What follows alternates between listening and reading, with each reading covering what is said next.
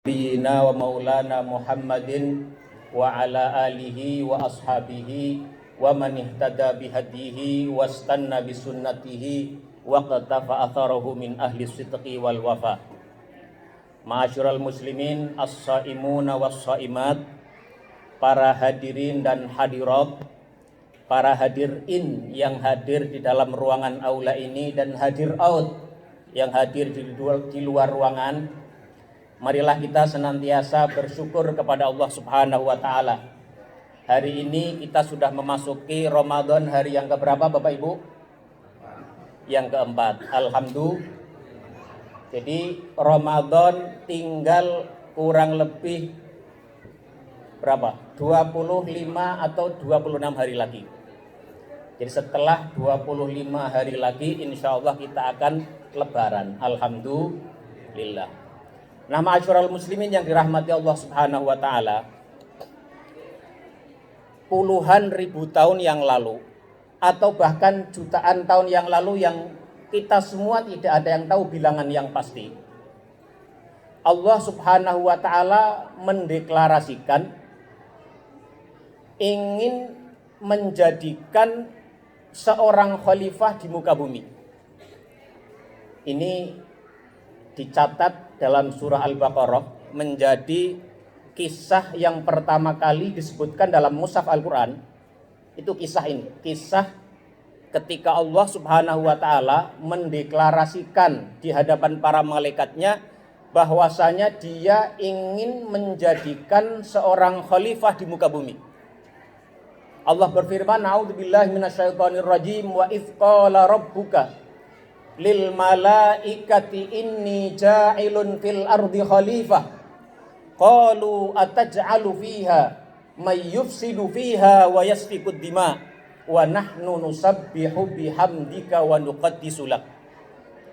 Wa idz qala rabbuka, dan ketika Rabbmu mengatakan lil malaikati, kepada kalangan para malaikat pada waktu itu yang tadi kita sebutkan. Entah kita tidak tahu persisnya berapa puluh ribu tahun yang lalu atau jutaan tahun yang lalu, tidak ada orang yang tahu. Inni ja'ilun fil ardi khalifah, bahwa aku, kata Allah Subhanahu wa taala, ingin menjadikan di atas bumi, di muka bumi itu khalifah, seorang khalifah. Kata khalifah itu secara etimologis, secara bahasa itu artinya berasal dari akar kata khalafa yakhlufu. Ketika seseorang menggantikan orang lain itu disebut dengan khalifah. Dan biasanya penggantian itu terkait erat dengan tanggung jawab atas satu tata kelola yang pihak yang digantikan. Makanya dulu Rasulullah SAW, beliau saat beliau masih hidup, umatnya, para sahabatnya memanggil beliau ya Rasulullah atau ya Nabi Allah. Begitu beliau wafat, beliau digantikan oleh seseorang sahabat yang bernama Abu Bakar As-Siddiq. Maka beliau digelari dengan Khalifatu Rasulillah, khalifahnya Rasulullah Shallallahu Alaihi Wasallam, yang menggantikan fungsi dan peranannya Rasulullah Shallallahu Alaihi Wasallam. Kemudian ketika Abu Bakar As-Siddiq sebagai Khalifatu Rasulillah meninggal dunia, beliau digantikan oleh seorang sahabat yang lain yang bernama Umar ibn Khattab. Maka Umar bin Khattab ini dipanggil Khalifati Rasulillah, penggantinya Rasulullah Shallallahu Alaihi Wasallam. Tetapi karena istilah itu tidak efektif, terlalu panjang, maka kemudian dikreasikanlah satu istilah baru yang disebut dengan Amirul Mukminin. Maka pemimpin Islam yang pertama kali mendapat gelar Amirul Mukminin itu adalah Umar bin Khattab. Yang awalnya beliau dipanggil Khalifati Rasulillah, pengganti Rasulullah. Kemudian beliau setelah itu mendapat gelar sebagai Amirul Mukminin, seseorang yang memegang otoritas mengendalikan, mengatur urusannya umat Islam. Itu Amirul Mukminin. Nah, ketika kembali kepada ayat tadi, inni ja'ilun fil ardi khalifah. Aku, kata Allah Subhanahu wa taala, ingin menjadikan di muka bumi itu seorang khalifah. Seseorang yang memegang peranan mengelola tanggung jawab dan tata kelola yang ada di muka bumi. Maka para malaikat mengatakan, qalu ataj'alu fiha may yufsidu fiha wa yasfikud dima. Ya Rabb, wahai Allah, apakah engkau akan menjadikan seseorang khalifah di muka bumi itu yang dia itu salah satu karakteristiknya yufsidu fiha, membuat kerusakan di dalamnya, wa yasfikud dima, dan menumpahkan darah di atasnya. Ini para malaikat kok bisa mengatakan seperti itu? Ini tidak kita bahas pada kesempatan kali ini. Tapi kita dikasih tema apa tadi? Oh, ini ayatnya. Ya, ayatnya ini. Ya, silakan dicatat, kita tadabburi bersama-sama. Saya dikasih tema oleh panitia Ramadan Reset. Niat, Al-Quran, dan konsistensi ibadah. Itu tema yang sangat berat sekali. Tapi saya nggak protes, saya nggak menanyakan tema itu. Saya anggap panitia sudah tahu bahwa jamaah butuh tema ini. Tapi mohon izinkan saya untuk menyampaikan sesuai dengan cara saya. Makanya baca hingga selesai agar jangan gagal paham. Ikuti ceramah ini agar jangan gagal paham. Apa hubungannya cerita yang saya ceritakan kali ini dengan tema nanti? Ya, insya Allah nanti akan ketemu. Kembali ke ayat ini, ja'ilun fil ardi khalifah. Qalu ataj'alu fiha may yufsidu fiha wa yasfikud dima wa nahnu nusabbihu bihamdika wa nuqaddisu lak. Sementara kami, kata para malaikat, adalah kelompok ya makhlukmu yang senantiasa bertasbih memujimu. Tapi engkau ya Rabb akan menciptakan seorang khalifah, menjadikan seorang khalifah di muka bumi yang kerjaannya itu salah satunya yufsidu fiha wa yasfikud dima. Sekali lagi saya tidak ingin membahas lebih jauh mengenai berbagai pertanyaan yang mungkin muncul dari ayat ini karena bukan tema kita hari ini. Singkat cerita, kemudian Allah Subhanahu wa taala mengajarkan kepada Adam al-asma, nama-nama. Ini juga saya nggak ingin menjelaskan apa yang dimaksud dengan wa 'allama Adam al-asma'a kullaha. Tapi yang ingin saya catat ya, beri garis ya, beri catatan terhadap kisah ini adalah bahwasanya dulu nenek moyang pertama kita yang Allah ciptakan pada awal mula penciptaannya, Allah Subhanahu wa taala ingin menjadikannya sebagai seorang khalifah fil ard, sebagai seorang pemimpin yang punya tanggung jawab mengelola urusan yang ada di muka bumi ini. Kemudian Allah Subhanahu wa taala mengajarkan kepadanya al-asma, yang kemudian dengan ajaran ilmu al-asma itu Allah Subhanahu wa taala men-challenge-nya kepada para malaikat yang sempat memprotes keputusan Allah tadi. Dalam tanda kutip, memprotes dalam tanda kutip ya.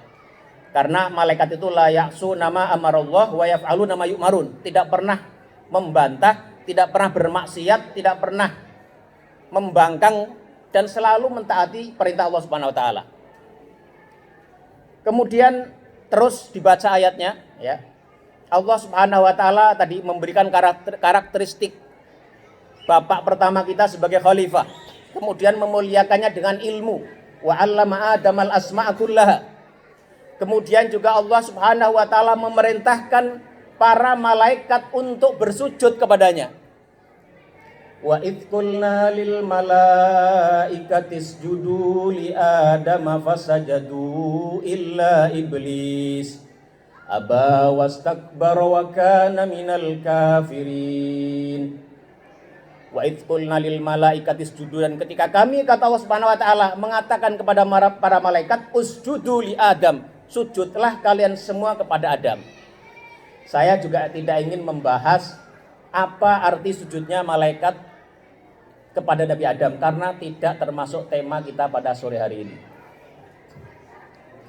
Kemudian lagi ya, hal-hal istimewa lain yang Allah Subhanahu wa taala tetapkan terhadap Nabi Adam selain tadi menjadikannya khalifah, memberinya ilmu yang tidak dimiliki para malaikat. Kemudian Allah Subhanahu wa taala memerintahkan kepada para malaikat untuk bersujud kepadanya. Dan ada keistimewaan yang lain, Allah Subhanahu wa taala itu bercakap-cakap dengan Nabi Adam dengan satu nuansa kedekatan yang luar biasa istimewa. Contohnya ketika Allah Subhanahu wa taala mengatakan kepada Adam di ayat setelahnya, Qulna, mana ayatnya? Wa qulna ya Adamuskun anta wa zaujukal jannata wa kula minha ragadan haitsu syi'tuma wa la taqraba hadhihi syajarata fatakuna minal zalimin. Allah Subhanahu wa taala berkomunikasi dengan Nabi Adam dengan cara komunikasi yang mengekspresikan adanya kedekatan yang sangat luar biasa. Allah ketika berfirman kepada Nabi Adam, Allah berkata langsung wa qulna. Wa qulna, dan kami mengatakan uskun, silahkan bertempat tinggal engkau, anta wa zaujuka, dan istrimu, pasanganmu wahai Adam, wa kula minha ragadan haitsu syi'tuma, dan makanlah segala apa yang kamu inginkan yang ada di jannah ini, di surga ini. Wala taqraba hadhihi syajarata fatakuna minadh dhalimin, dan tapi kamu jangan dekat-dekat dengan satu pohon itu. Ini juga sebenarnya ayat ini menarik sekali, Pak. Kalau kita bicara puasa, ternyata larangan pertama yang disebutkan oleh Allah kepada bapak moyang kita yang pertama dulu itu adalah larangan makan. Wala taqraba hadhihi syajarata, jangan kamu mendekati pohon ini. Artinya jangan kamu makan buah pohon itu. Nanti dijelaskan di ayat yang lain. Mengapa puasa itu larangannya larangan makan dan minum? Apa hubungannya dengan urusan makan dan minum dengan problem eksistensial bapak pertama kita Nabi Adam dan dengan urusan makan dan minum kita dalam kehidupan sehari-hari? Tapi sekali lagi sayangnya tema kita pada sore hari ini bukan tema tentang itu. Jadi saya tidak ingin membahas tema itu. Kembali ke ayat tadi ya. Wa qulna ya Adamuskun anta wa zaujukal jannata wa kula minha ragadan haitsu syi'tuma wa la taqraba hadhihi syajarata fatakuna minadh dhalimin. Jadi ada kedekatan antara Allah Subhanahu wa taala dengan Nabi Adam. Ini sudah keistimewaan yang keberapa, Pak? Ada yang hitung? Dari tadi khalifah, dimuliakan dengan ilmu, dimuliakan dengan sujudnya para malaikat. Ada kedekatan yang keempat ini, kedekatan yang luar biasa antara Nabi Adam dengan Allah Subhanahu wa taala. Bahkan dalam proses komunikasinya itu komunikasi orang pertama dan kedua. Wa qulna ya Adamuskun anta wa zaujukal jannata wa kula ragadan min haitsu syi'tuma, dan seterusnya. Tetapi kemudian ya, cerita berlanjut ayat ini ya. Cerita lanjutannya adalah di ayat berikutnya ketika Allah Subhanahu wa taala dalam surat di ayat Al-Baqarah ini, dalam ayat-ayat di surah Al-Baqarah ini menceritakan kemudian fa'azallahuma syaitanu fa akhrajahuma mimma kana fi. Setan dengan kemampuan dia dalam menggoda Nabi Adam akhirnya berhasil menaklukkan Nabi Adam dan menggodanya sehingga beliau akhirnya tadi memakan buah yang Allah larang tadi. Satu-satunya benda, satu-satunya hal yang Allah larang itu hanya pohon tadi itu, buah pohon tadi. Buah pohonnya gak disebut namanya apa.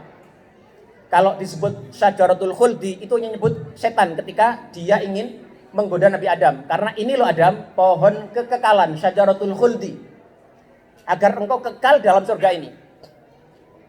Maka fa'azallahuma syaitanu fa akhrajahuma mimma kana fi. setan berhasil menggoda Nabi Adam dan akhirnya menggelincirkan dia dan istrinya dan pasangannya Hawa, sehingga akhirnya Nabi Adam melanggar satu garis merah yang sudah Allah tetapkan untuk tidak boleh dia langgar. Maka kemudian apa yang terjadi? Allah berfirman, wa qul nahbitu ba'dukum li ba'din adu. Turunlah kalian dari surga ini, walakum fil ardi mustaqarrun wa mata'un ilahin. Tetapi kalian nanti di muka bumi itu mustaqarrun, punya satu tempat tinggal yang nyaman, wa mata'un, dan kesenangan ilahin sampai waktu yang telah ditentukan.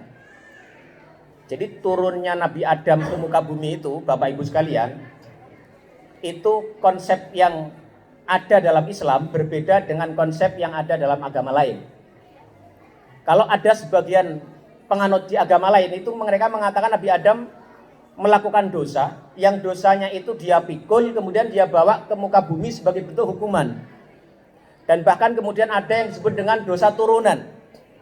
Tapi dalam konsep Islam, meskipun Nabi Adam itu melanggar, tapi ketika dia bersama Hawa istrinya diminta turun dari muka bumi, kalimatnya lihat, coba kita perhatikan sama-sama. Wa qul nahbitu ba'dukum li ba'din adu walakum fil ardi mustaqarrun wa mata'un ilahin.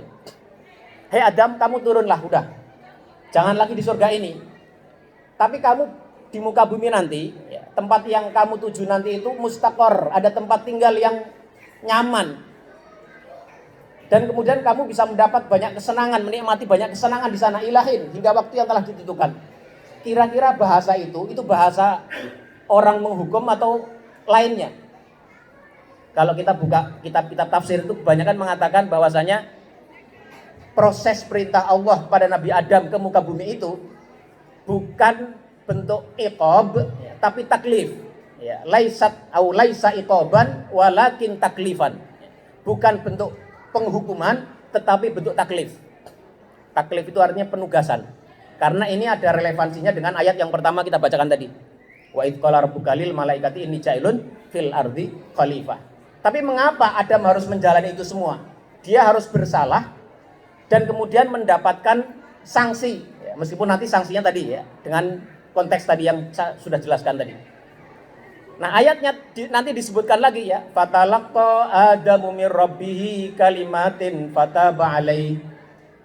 Dan kemudian Nabi Adam menerima ajaran kalimat-kalimat yang Allah ajarkan kepadanya. Nanti dalam ayat yang lain dalam surat Al-A'raf dijelaskan ayat itu berbunyi atau kalimat itu berbunyi Rabbana zalamna anfusana wa illam taghfir lana wa tarhamna lanakunanna minal khasirin. Jadi Allah Subhanahu wa taala ingin mengedukasi Nabi Adam bahwasanya manusia itu sebagai makhluk yang akan mengemban sebagai khalifah di muka bumi ini dengan tanggung jawab yang sangat luar biasa ini. Manusia itu punya karakteristik, dia punya tendensi untuk senantiasa bersalah. Tapi Allah dengan kesalahan di surga tadi itu ingin mengajarkan bahwasanya kesalahan itu bukan akhir segalanya. Kalau kesalahan itu diikuti dengan taubat, diikuti dengan kembali kepada Allah, qala rabbana zalamna anfusana wa illam taghfir lana wa tarhamna lanakunanna minal khasirin, itu bisa mengembalikan seseorang pada posisinya yang semula.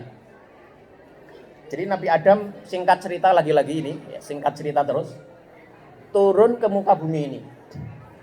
Dan sepanjang Nabi Adam turun itu, Allah Subhanahu wa taala setelah tadi mengajarkan cara taubat dengan mengajarkan kalimat tadi Rabbana zalamna, ya Rabbana wahai Rabb kami zalamna, kami mengzalimi diri kami, zalamna anfusana wa illam taghfir lana, dan kalau kami tidak engkau berikan ampun, tidak berikan maghfirah, lanakunanna minal khasirin, maka kami akan tergolong orang-orang yang merugi. Jadi mengakui sebuah kesalahan itu awal sebuah kebaikan. Jadi kalau kita salah, asal kita mau mengoreksi diri, itu tidak ada celah terhadap kita, karena ada proses untuk berubah dan memperbaiki diri. Nah, lanjut ke cerita tadi. Adam alaihissalam beserta Hawa itu diminta oleh Allah turun ke muka bumi. Nah, di bumi ini secara secara mudah kita bisa pahami kalau tadi Nabi Adam di surga punya kedekatan dengan Allah Subhanahu wa taala, bahkan dalam komunikasinya senantiasa menggunakan komunikasi kata ganti orang pertama dan kedua. Maka setelah Nabi Adam mau turun ke muka bumi, Allah sudah memberikan beberapa catatan, beberapa guidance, di antaranya di ayat setelahnya. Mana tadi? Ayat setelahnya. Nah ini ya. Qul nahbitu minha jami'a fa imma ya'tiyannakum minni hudan faman tabi'a hudaya fala khaufun alaihim walahum yahzanun. Tapi Adam jangan khawatir. Kamu akan jauh dari aku, kira-kira gitu ya. Kamu tidak lagi di surga. Kamu tidak lagi berada di alam malakut. Kamu tidak lagi di alam yang tinggi. Tapi kamu ada di alam yang rendah, hayatud dunia. Tapi ingat, ada aku akan senantiasa mengirimkan huda, petunjuk kepadamu. Faman tabi'a hudaya, dan barang siapa yang mengikuti petunjukku, fala khaufun alaihim walahum yahzanun. Kalau kamu dan anak turunmu nanti wahai Adam mengikuti petunjukku yang akan aku kirimkan kepada hamba-hambaku, fala khaufun alaihim walahum yahzanun, maka tidak ada rasa khawatir terhadap apa yang akan datang, wala yahzanun, dan tidak ada kesedihan terhadap apa-apa yang telah terjadi di masa lalu. Jadi la khaufun alaihim walahum yahzanun, tidak adanya rasa khawatir terhadap apa yang akan terjadi. Wala yahzanun, dan tidak ada rasa sedih atas apa yang sudah terjadi. Itu hanya ada di surga, tidak ada di dunia. Tetapi porsi karakteristik ini ada sebagiannya yang bisa dinikmati di dunia ini, yaitu oleh mereka orang-orang yang faman tabi'a hudaya fala khaufun alaihim walahum yahzanun, orang-orang yang mengikuti petunjukku. Nah, ini sudah mau mulai masuk kepada tema yang diberikan panitia. Ikuti sampai selesai. Ya. Nah, Nabi Adam alaihissalam itu turun ke muka bumi. Tapi Allah sudah menjamin bahwasannya dia akan senantiasa menyediakan petunjuk kepada hamba-hambanya. Maka Allah Subhanahu wa taala kirimkan para nabi dan rasul. Allah kirimkan wahyu-wahyu secara terus-menerus, ya. Tatsra. Dan menurut beberapa riwayat hadis itu, hadisnya hadis hasan, ada sebagian mendhaifkannya, jumlah seluruh nabi dan rasul yang pernah Allah kirimkan ke dunia ini ada 124.000 nabi dan rasul. Betapa banyaknya nabi-nabi yang Allah kirimkan untuk tadi menjaga konsistensi janji Allah tadi, ya. Huda tadi, adanya petunjuk tadi. Nah, kemudian seiring dengan berjalannya waktu dari tahun ke tahun yang jumlahnya kita tidak tahu berapa puluh ribu tahun atau berapa ribu tahun, dari Nabi Adam hingga kemudian datang kepada Nabi yang terakhir, yang setelah itu tidak ada Nabi lagi, Allah Subhanahu wa ta'ala mengirimkan hudan, ya, mengirimkan petunjuk, yang petunjuknya itu akan senantiasa valid, akan senantiasa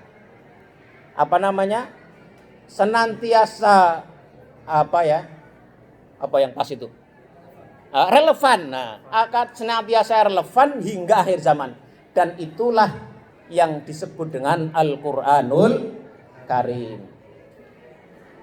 Kalau kita baca di awal-awal mushaf Al-Qur'an, dzalikal kitabu la raiba fi hudan lil muttaqin. Nanti kalau dalam ayat-ayat puasa ada juga syahrul ramadhanal ladzi unzila fihil qur'anu hudan linnasi wa bayyinatin minal huda wal furqan. Jadi Al-Qur'anul Karim itu karakteristik utamanya disebut oleh Allah Subhanahu wa taala sebagai hudan atau petunjuk bagi umat manusia. Nah, kalau kita kemudian saya dikasih panitia tema Ramadan Reset. Ramadan itu adalah sebuah momentum kita untuk meriset, untuk meninjau ulang, untuk merestorasi posisi kita merestorasi keadaan iman kita, merestorasi mindset kita, maka salah satu hal yang paling penting harus kita restorasi, harus kita riset, harus kita kembalikan lagi kepada titik awal itu adalah terkait dengan bagaimana kita menjaga hubungan kita dengan Al-Quranul Karim. Jadi bulan Ramadan itu bulan di mana Allah menurunkan Al-Quran. Dan Al-Quran itu adalah sebagai huda. Sementara huda ini, petunjuk ini adalah satu hal yang Allah janjikan kepada Nabi Adam tadi dalam rentetan kisah tadi itu sebagai komitmen Allah menjaga optimisme, harapan Adam dan anak cucunya agar bisa tetap merasakan suasana surga yang bisa dinikmati sesuai dengan porsinya di dunia ini. Makanya ada ayat itu kan yang mengatakan ulaika humul warithun alladzina yarithunal firdausa hum fiha khalidun. Orang-orang mukmin yang nanti akan mendapatkan surga firdaus, Allah menyebutnya sebagai al-warithun, orang-orang yang mewarisi. Mengapa disebut orang-orang yang mewarisi? Karena bapak-bapak moyangnya dulu, yang pertama Nabi Adam itu pernah di surga. Maka dia nanti ketika kembali ke surga seakan-akan mewarisi kembali apa yang diwariskan oleh nenek moyangnya dulu. Itu salah satu makna dalam beberapa kitab tafsir. Ada lain yang mengatakan al-warithun ai maksudnya adalah untuk menyatakan istiqror, ya, menyatakan kepemilikan yang sangat optimal. Karena orang kalau udah di surga dia akan menikmati apa yang di dalamnya dengan sempurna, ya, tanpa ada batasan lagi. Nah, ketika Allah Subhanahu wa taala sudah tadi menurunkan Nabi Adam, dengan seiring berjalannya waktu manusia semakin jauh dari Allah Subhanahu wa taala, dalam dari zaman ke zaman Allah mengirim para nabi-nabinya, mengirim wahyu-wahyunya sampai kemudian ditutup dengan wahyu terakhir Al-Qur'anul Karim, ditutup dengan nabinya Nabi Muhammad sallallahu alaihi wasallam. Maka Al-Qur'an itu adalah cara Allah Subhanahu wa taala membangkitkan harapan kembali hamba-hambanya akan kehidupan dia dan persoalan eksistensial dia di muka bumi ini.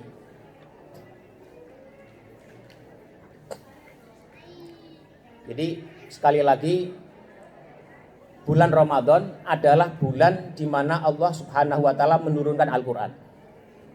Al-Qur'an sebagai huda. Dan huda adalah sebagai kompas, pedoman di mana kita bisa mendapatkan la khaufun alaihim wa lahum yahzanun. Tidak merasa, tidak memiliki rasa khawatir atas apa yang belum terjadi dan tidak sedih wala yahzanun atas apa yang sudah terjadi. Itu dengan huda tadi. Kemudian yang kedua, ini sebagai tambahan saja, bahwa Ramadan itu selain menjadi kesempatan kita meriset, merestorasi relasi kita dengan Al-Quran, Allah juga memberikan harapan kita kalau kita baca di ayat-ayat di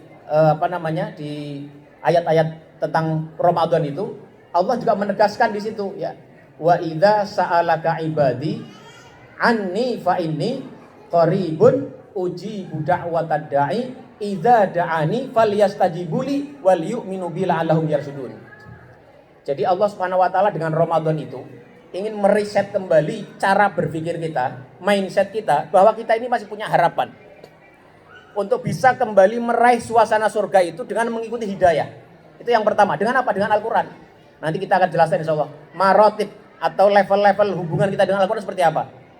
Di sisi lain, Allah Subhanahu wa taala juga ingin menegaskan bahwasanya meskipun engkau wahai anak Adam sudah berada di atas muka bumi yang disebut dengan hayatud dunia, kehidupan yang rendah, berpindah dari al-hayatul aulia yang di surga, tapi jangan salah bahwasanya aku ini masih dekat denganmu. Wa idza sa'alaka ibadi anni fa inni qaribun. Kalau hamba-hambaku bertanya kepadamu wahai Muhammad tentangku, maka fa inni qaribun, maka aku, kata Allah Subhanahu wa taala, dekat sekali dengan mereka. Jadi kedekatan Allah Subhanahu wa taala itu diproklamirkan oleh Allah sendiri. Biasanya kan kalau ada ayat-ayat yas'alunaka, mereka bertanya kepadamu wahai Muhammad tentang satu hal, maka jawabannya dengan kul, katakanlah wahai Muhammad. Misalnya yas'alunaka 'anir ruh, mereka bertanya kepadamu wahai Muhammad tentang ruh. Qul ar-ruhu min amri rabbi. Katakan wahai Muhammad, ruh itu adalah urusanku. Tapi di sini ayat ini kata qul sendiri tidak boleh menghalangi kedekatan Allah dengan hambanya. Maka ketika wa idza sa'alaka ibadi, ketika hamba-hambaku bertanya anni tentangku, maka Allah langsung menjawabnya, tidak mendelegasikannya kepada Nabi Muhammad. Fa inni, maka aku sesungguhnya qaribun, aku dekat dengan mereka.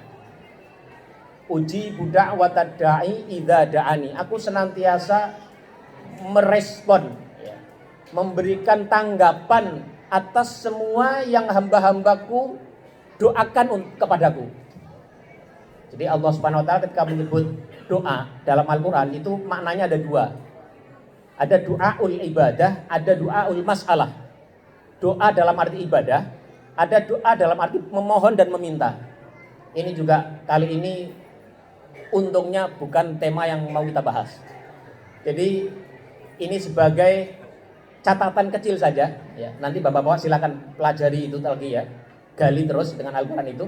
Tapi intinya kita akan ingin menegaskan bahwasannya Ramadan itu adalah saat di mana kita perlu meriset dan merestorasi hubungan kita dan interaksi dengan Al-Qur'an Al-Karim. Nah, maratibut ta'amul kita ya. Urutan level-level hubungan kita dengan Al-Qur'an itu boleh dibagi kepada 4 atau 5 hubungan. Yang pertama adalah kita cukup dengan mendengarkannya. Kalau kita mendengar fa idza quri'al qur'anu fastami'u lahu wa ansitu la'allakum turhamun. Kalau ada Al-Qur'an diperdengarkan, maka hendaklah kalian dengarkan dan perhatikan dengan seksama. La'allakum turhamun, agar kalian mendapatkan rahmat. Kemudian level yang kedua, yang berikutnya adalah membacanya. Jadi Ramadan ini adalah kesempatan momentum di mana kita seharusnya semakin banyak meningkatkan bacaan kita terhadap Al-Qur'an. Jadi Nabi Muhammad itu setiap malam di bulan Ramadan senantiasa mudarosah, tadarus Al-Qur'an dengan Jibril. Dan itu hanya dilakukan pada malam-malam bulan Ramadan. Setiap malam. Ada dalam Sahih Bukhari. Para sahabat, para tabi'in itu kalau Ramadan mereka melipat gandakan interaksi mereka dengan Al-Qur'an dengan membacanya yang banyak. Membaca yang banyak meskipun kita tidak tahu maknanya itu bermanfaat. Itu kalau para ulama ada yang memberikan perumpamaan, kalau kita itu mempunyai ember atau keranjang yang bolong-bolong, itu kalau kita mau ambil air, itu tentu airnya tidak ada yang tertahan di ember itu atau di keranjang itu karena dia bolong. Airnya akan selalu menetes dari sela-sela lubang-lubang yang ada. Tetapi kalau ambil air lagi, bocor lagi, ambil air lagi, bocor lagi, lama-lama seluruh kotoran yang ada di ember itu, seluruh kotoran yang ada di keranjang itu pasti akan bersih dengan sendirinya. Itu sama dengan kita membaca Al-Qur'an. Meskipun kita membaca Al-Qur'an nggak paham artinya, tapi kalau kita baca terus, itu pasti ada efeknya terhadap jiwa kita. Membersihkan hati kita, membersihkan jiwa kita, dan bermanfaat untuk diri kita. Tapi kemudian nanti ya ada level berikutnya, yaitu menghafalnya. Menyisakan bagian dari Al-Qur'an itu dalam jiwa kita, dalam hati kita, sehingga ada yang tersisa di diri kita. Kemudian yang berikutnya adalah memahami dan mentadaburinya. Ya. Mencoba membaca Al-Qur'an, tapi kemudian menyelami maknanya dan maksudnya apa. Apa sih yang Allah inginkan dari ayat itu? Kemudian yang berikutnya lagi, yang terakhir itu adalah mengamalkannya. Ya, jadi kalau sudah membaca, ditingkatkan ya syahrul Quran, bulan Ramadan, bulan Al-Quran ini, kemudian mencoba memahaminya, dan yang kemudian menghafalnya kalau bisa, dan yang paling paripurna adalah mengamalkannya. Dan yang kemudian setelah itu ada lagi mengajarkannya kalau bisa. Kalau enggak, paling enggak mengamalkannya, itu sudah maksimal. Jadi menjadikan Al-Quran bukan hanya sebagai bacaan, tapi juga sebagai sumber cara kita memperbaiki pola pikir kita. Jadi kalau kita hidup dengan Al-Quran, itu hidup serasa mudah sebenarnya. Kalau kita punya masalah, misalnya kita baca ayat, kita menemukan satu hal yang tidak kita sukai, kita ketemu ayat wa asa an takrahu syai'an wa huwa khairul lakum wa asa an tuhibbu syai'an wa huwa syarrul lakum. Kalau kita ketemu hal yang enggak enak, oh jangan-jangan dibalik yang tidak enak itu wa asa antakrahu syai'an wa huwa khairul lakum. Mungkin saja kita tidak suka dengan satu hal, tapi di balik itu Allah menitipkan kebaikan yang banyak. Kita ketemu dengan musibah, kita ingat ayat dalam Al-Quran, ma asaba min musibatin fil ardi wala fi anfusikum illa fi kitabin min qabli an nabraha, bahwa tidak ada satupun yang menimpa manusia di muka bumi ini kecuali semuanya telah tertulis. Jadi semua adalah di atas hikmah Allah Subhanahu wa taala. Maka kita juga akan bisa mengendapkan rasa kesedihan kita. Kemudian kita berbuat baik, misalnya kita di dalam kehidupan sosial, di kantor, atau dalam kehidupan rumah tangga, atau apapun itu, kita berbuat baik tapi tidak ada respon yang sama dari mitra kita, dari orang sekitar kita. Kita ingat ayat, wa ma jazaa'ul ihsani illal ihsanu, dan tidaklah ada balasan kebaikan kecuali kebaikan. Kita tidak akan pernah bersedih. Karena apa? Kebaikan itu pasti mendatangkan kebaikan kapanpun waktunya itu. Dan seterusnya dan seterusnya. Ini kita Ramadan ini mari kita gunakan untuk meriset hubungan kita, relasi kita dengan Al-Quran Al-Karim. Ini sampai jam berapa, Pak? Hah? Sampai maghrib, sampai sebelum berbuka. Buka masih kurang lebih 20 menit lagi ya, atau 30 menit. Ini baru satu bagian dari tema kita ya, meriset hubungan kita dengan Al-Quran Al-Karim. Nah kemudian yang kedua, biar waktunya cukup, kita ingin masuk aspek yang kedua yang harus atau perlu kita riset dari momentum Ramadan ini, yaitu bagaimana kita meriset niat kita. Nah as-shaimun wa shaimat rahimakumullah, ya, para hadirin dan hadirat yang dirahmati Allah Subhanahu wa taala. Salah satu hadis yang paling sering disebutkan oleh para ulama ketika mereka membahas tema tentang puasa itu adalah hadis qudsi yang berbunyi kullu amalin libni Adam, kullu bani Adam apa? Kullu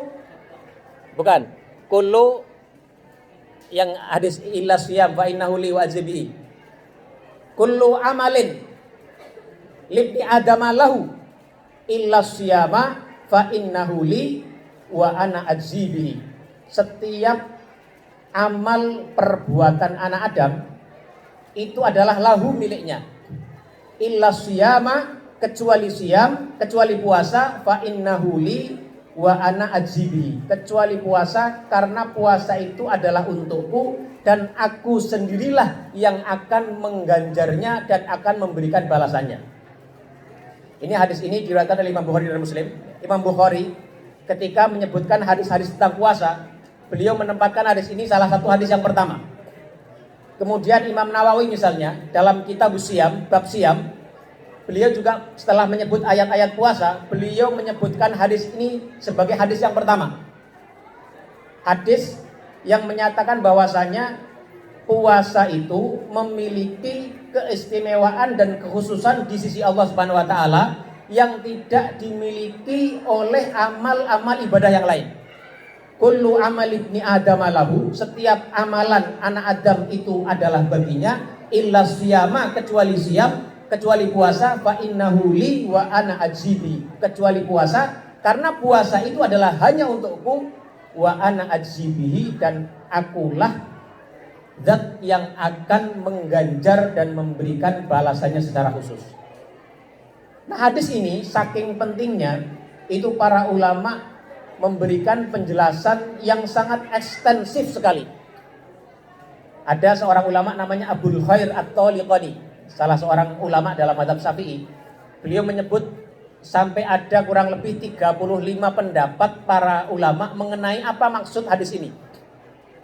Pertanyaannya adalah, apakah ketika Allah Subhanahu wa taala mengatakan kullu amal ibni Adam lahu illa siyam fa innahu li wa ana ajzibi, setiap amalan anak Adam itu adalah untuknya kecuali puasa, dan karena puasa itu untukku dan aku yang akan membalasnya, itu apakah pertanyaannya? Yang pertama, apakah dengan hadis ini ingin dinyatakan bahwasanya semua ibadah itu bukan untuk Allah?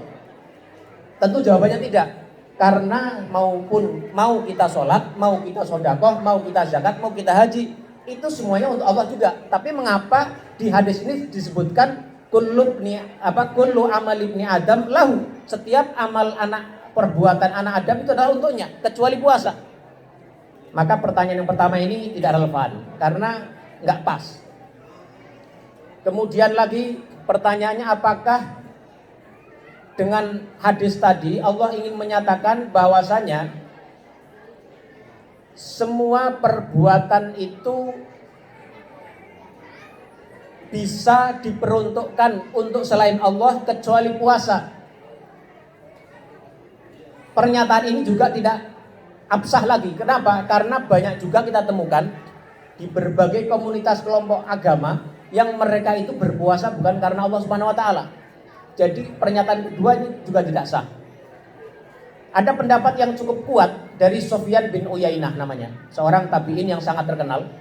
Beliau mengatakan bahwasanya maksud dari ayat ini adalah semua pahala amal ibadah manusia, mau sholat, mau zakat, mau haji, mau sedekah, mau zikir-zikir yang lain, itu bisa dijadikan sebagai penjamin nanti di akhirat yang bisa dikurangi pahalanya ketika seseorang berdosa, untuk diberikan kepada orang yang menjadi objek perilakunya yang dosa itu, kecuali puasa. Jadi nanti di hari kiamat itu ada proses kisos, ada proses pengadilan di mana seseorang hamba itu akan dihadapkan dengan hamba-hamba yang lain, dengan orang-orang yang lain yang pernah berinteraksi dengannya.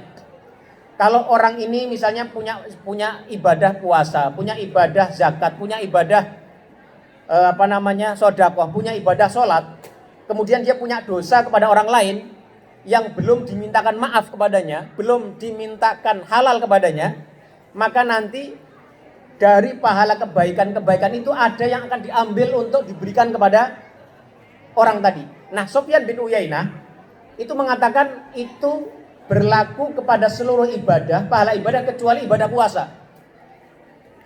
Tapi kemudian ternyata pendapat ini juga tidak terlalu kuat. Mengapa? Imam Al-Qurtubi pernah mengatakan, kata beliau, hampir-hampir memegang pendapat ini, saking kuatnya katanya. Tetapi kemudian setelah saya bertemu dengan hadis Nabi yang lain, yang mengatakan bahwasanya puasa termasuk ibadah yang bisa menjadi penjamin untuk mengurangi dosa seseorang, pahala yang dikurangi untuk mengganjar kepada orang yang dizalimi oleh orang itu, maka aku berpaling dari pendapat itu. Karena ada kemudian hadis yang disebut hadis muflis ya. Nabi pernah bertanya kepada para sahabat, ya ashabi atadruna manil muflis, wahai sahabat-sahabatku, apakah kalian tahu siapakah orang yang bangkrut itu? Maka para sahabat mengatakan, al muflisu fina man la dirhama lahu wala mata'. Ya Rasulullah, orang yang muflis itu, orang yang bangkrut itu adalah orang-orang yang tidak punya uang, enggak punya dirham, enggak punya rupiah, enggak punya dolar. Maka kata Nabi, al-muflisu min ummati, orang muflis, orang yang bangkrut di antara umatku itu adalah man ya'ti yaumal qiyamati, yaitu orang-orang yang datang di hari kiamat, wa ya'ti bisyamin wa zakatin wa sholatin wa ya'ti wa qad syatama hadza wa safaka dama hadza wa, dan seterusnya ya, wa ya'ti hadza bihasanatihi ya, wa ya'ti bi sholatin wa siyamin wa shadaqatin wa zakatin. Itu disebutkan ada puasa di situ. Kemudian Allah Subhanahu wa taala akan mengadili ya orang ini tadi yang yakti yaumal qiyamati bi sholatin wa siyamin wa zakatin, dengan pahala sholat dia, dengan pahala zakat dia, dengan pahala sedekah dia. Tetapi dia juga yakti datang wa qad syatama hadza, dia pernah mencela orang lain, pernah menyakiti orang lain, pernah mengambil harta orang lain, pernah menggibah orang lain, pernah menzalimi orang lain. Maka wa yukhad hadza min hasanatihi wa hadza min hasanatihi, maka Allah akan mengambil dari pahala tadi, pahala sholatnya, pahala puasanya, pahala sedekahnya, untuk diberikan kepada orang yang pernah dia zalimi, sampai pahala itu habis dan kemudian orang itu dilemparkan kepada api neraka. Ini orang yang muflis datang dengan pahala, tapi datang juga dengan kezaliman-kezaliman kepada orang lain yang belum dihalalkan. Ini orang yang bangkrut. Nah, relevansinya dengan tema kita adalah tadi bahwa puasa itu ternyata termasuk ke dalam bagian ibadah yang juga bisa berkurang pahalanya nanti di hari kiamat kalau kita punya masalah dengan orang lain. Maka pernyataan yang ketiga tadi juga tidak relevan. Lantas apa maksud fa innahu li wa ana ajzi bihi? Bahwa puasa itu khusus untukku dan akulah zat yang akan memberikan balasannya secara khusus. Maka pendapat yang paling kuat dan paling mendekati kebenaran tampaknya adalah pendapat yang mengatakan bahwasanya puasa itu adalah satu-satunya ibadah yang paling kecil potensi untuk masuk di dalamnya unsur selain Allah Subhanahu wa taala. Jadi kalau kita ibadah sholat, itu kan ibadah fisik, ibadah yang terlihat gerak-geriknya. Kita sholat dilihat oleh orang. Kalau ada orang lewat, kita panjangkan bacaan ayat kita, biar kelihatan kita lama berdirinya. Tahu ada orang mau lewat, kita panjangkan sujud kita, bisa itu. Kita zakat, kita sedekah, ya. Kita bisa, ya, ubah angka nominal yang ingin kita sedekahkan karena kita ingin mendapatkan satu persepsi tertentu atau kesan tertentu dari orang lain. Kita berangkat haji, bisa kita haji, berangkat ke Baitullah untuk mendapatkan peningkatan status sosial, bisa. Tapi berpuasa itu adalah ibadah yang khas, yang hanya kita dan Allah saja yang tahu. Bayangkan kita puasa, ya, kita kemudian masuk ke dapur, tengok kanan, tengok kiri, istri ada di kamar, anak lagi tidur. Lihat di situ ada sisa daging sahur semalam. Ini kayaknya menarik nih daging rendang ini. Ini kalau bukan karena kita takut sama Allah, itu rendang sisa sahur itu pasti sudah habis. Ini membuktikan apa? Bahwasanya puasa itu adalah ibadah yang paling kecil potensi dirusak oleh unsur-unsur selain Allah Subhanahu wa taala. Nah, karena itulah dengan pendapat inilah kita bisa mengambil kesimpulan bahwasanya ibadah puasa itu salah satu fungsi yang paling penting yang bisa kita dapatkan dari puasa kita adalah bagaimana cara kita meriset niat dan tujuan ibadah kita kepada Allah Subhanahu wa taala. Ini masuk ke tema kita bagian yang pertama tadi, ya. Ramadan riset, niat apa tadi? Ramadan, Al-Qur'an dan konsistensi ibadah. Jadi dengan Ramadan ini, dengan puasa 1 bulan penuh, kita dilatih oleh Allah Subhanahu wa taala untuk melakukan satu aktivitas, satu perilaku yang perilaku itu tidak diketahui oleh hanya diri kita dan Allah saja. Nah, kalau kita sudah mampu menginternalisasi nilai itu, nilai bahwasannya hanya kita dan Allah saja yang berkepentingan dengan seluruh aktivitas amal ibadah kita, maka kita sudah mencapai titik yang diinginkan dari konsep niat yang diajarkan dalam Islam. Jadi konsep niat itu konsep yang sangat rumit dan pelik. Jadi saya itu dulu sebelum berangkat ke sini punya satu majelis kajian. Itu saya punya majelis kajian bulanan yang setiap bulan sekali saya membahas satu tema. Saya membahas bab niat itu kurang lebih setahun. Saya merujuk kitab yang ditulis oleh Syekh Dr. Umar Sulaiman Al-Asqor. Beliau punya kitab namanya Maqasidul Mukallafin Fima Yuta'abbad Bihi Lirabbil Alamin. Ini aslinya kitab ini adalah disertasi beliau saat beliau masih belajar di Al-Azhar, ya. Beliau mendapatkan kelulusan dengan summa cum laude, ya, dengan disertasi ini. Kemudian disertasi ini dicetak dalam bentuk buku dan dipublikasikan dengan judul Maqasidul Mukallafin Fima Yuta'abbad bihi Rabbul Alamin, ya. Maqasidul Mukallafin, tujuan. Waktu selesai. Ini kita selesaikan atau lanjut? Hah? Iya, jadi sedikit lagi. Ya, 5 lagi ya, sedikit lagi. Jadi niat itu ternyata itu urusan yang sangat pelik sekali. Makanya ada seorang ulama yang dikutip oleh Syekh Dr. Sulaiman Al-Asqar tadi. Dalam halaman pertama kitab beliau itu, beliau mengatakan, ada seorang ulama, beliau mengatakan, saya ini katanya sebenarnya punya harapan sekiranya para ahli fikih itu, sekiranya para ulama itu, sekiranya para dai itu, ada seseorang yang setiap harinya duduk hanya mengajarkan bab niat saja. Makanya Dr. Umar Sulaiman Al-Aqsar itu, bukunya itu tebalnya kurang lebih 560 halaman, kurang lebih, dengan berbagai jenis cetakannya, ya. Itu beliau mengupas tentang masalah niat dari awal sampai akhir.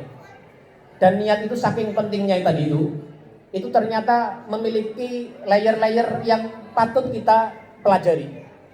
Karena niat itu bisa menjadi ukuran, alat ukur terhadap seluruh aktivitas kita. Dengan niat, seseorang itu bisa membedakan antara mana yang aktivitas yang non ibadah dengan ibadah. Itu yang pertama. Dengan niat, seseorang juga bisa membedakan mana jenis-jenis ibadah yang berbeda-beda. Seseorang ada sama-sama begitu mendengar sholat adzan subuh, dia sholat 2 rakaat. Kalau dia niat sholat sunnah fajar, maka sholatnya itu terhitung sholat sunnah fajar, sholat sunnah qobliyah subuh. Tapi kalau dia niatnya sholat fardu subuh, maka dia mendapat ganjaran sholat fardu subuh. Gerakannya sama, bacaannya sama, beda niat, beda jenis ibadahnya. Aktivitas juga sama, sama-sama datang ke kantor, sama-sama kerja, tapi beda niat bisa membedakan kualitas aktivitas itu. Niat itu juga nanti yang ketiga, itu masuk dalam bab, biasanya bab tazkiyah itu. Kalau yang 2 hal tadi masuk bab fikih, yang ketiga ini masuk bab tazkiyah, bab ilmu suluk, ilmu tasawuf, yaitu mengenai tujuan dari ibadah itu, kepada siapa dia tujukan. Boleh enggak seseorang itu niat puasa tapi sekaligus niat diet? Boleh enggak seseorang itu, ya, misalnya datang ke pengajian, niat cari ilmu tapi juga niat cari jodoh misalnya. Boleh enggak seseorang itu, ya, bersedekah, di satu sisi ingin, ya, mengikuti perintah Allah untuk menyedekahkan sebagian harta kita, tapi pada sisi yang lain ada maksud yang lain. Misalnya kalau dalam musim kampanye ingin mendapatkan citra yang baik misalnya. Itu semua nanti menjadi aspek-aspek yang harus dibahas dalam ibadah. Tetapi ma'asyiral muslimin rahimakumullah, yang satu hal yang ingin saya perlu tegaskan adalah bahwa niat itu bisa mengantarkan seseorang itu kepada satu hal di mana aktivitas yang lain tidak bisa mengantarkannya, atau di mana amal-amal perbuatan manusia tidak bisa mengantarkannya. Contohnya dengan niat, orang itu bisa tertidur di atas ranjang, tapi dia bisa mendapat pahala orang berjamaah. Ada satu hadis Nabi Muhammad yang menarik sekali.